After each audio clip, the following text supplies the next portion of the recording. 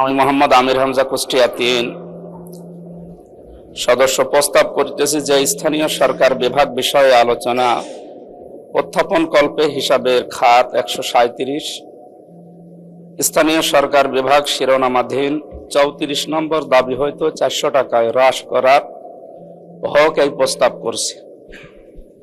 মাননীয় স্পিকার, আসলে ৪০০ টাকায় কোটি কোটি টাকার ভেতরে ৪০০ টাকা বলাও কেমন লাগে, কিন্তু এটা আসলে বলা লাগছে এই কারণে যেটা একটা ঘৃণিত প্রস্তাবের মতো, ঘৃণা জানানোর বা ঘৃণা প্রকাশ করার একেবারে সর্বনিম্ন ভাষা মনে হয় এইটা। আমার আজকের প্রস্তাবের উপরে আলোচনার বিষয় হচ্ছে কুষ্টিয়া সদর ৩ আসনের জনগণের পক্ষ থেকে স্থানীয় সরকার, পল্লী উন্নয়ন ও সমবায় মন্ত্রণালয়ের প্রস্তাবিত বাজেটের উপরে ছাঁটাই প্রস্তাব উত্থাপন করে আমার নির্বাচনী এলাকার জনগণের প্রত্যাশা ও সমস্যা সমাধানের কথায় মহান সংসদে তুলে ধরতে চাই। আমার নির্বাচনী এলাকা কুষ্টিয়া সদর উপজেলা নিয়ে গঠিত।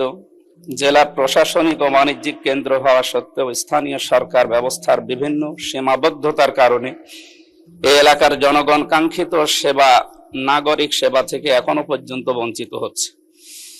মাননীয় স্পিকার, বিশেষ করে দ্রুত নগরায়ন ও জনসংখ্যা বৃদ্ধির ফলে কুষ্টিয়া পৌরসভায় যানজট, জলাবদ্ধতা, অপরিকল্পিত বর্জ্য ব্যবস্থা, বিশেষ করে ড্রেনেজ ব্যবস্থার সংকট দিন দিন তীব্র থেকে তীব্রতর হচ্ছে।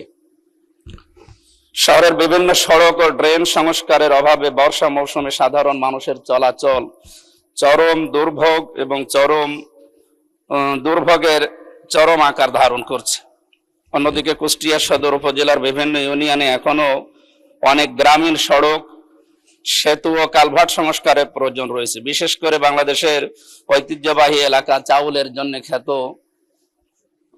কুষ্টিয়ার খাজানগর এবং কবুরহাট, এই এলাকাটা কুষ্টিয়ার বটতল থেকে বল্লভপুর পর্যন্ত এই ৮-১০ কিলোমিটার রাস্তা বাংলাদেশের ভেতরে সবচাইতে আমার মনে হয় এটা অকেজ এবং মানুষের চলাচলের জন্য একেবারেই অনুপযোগী হয়ে পড়েছে।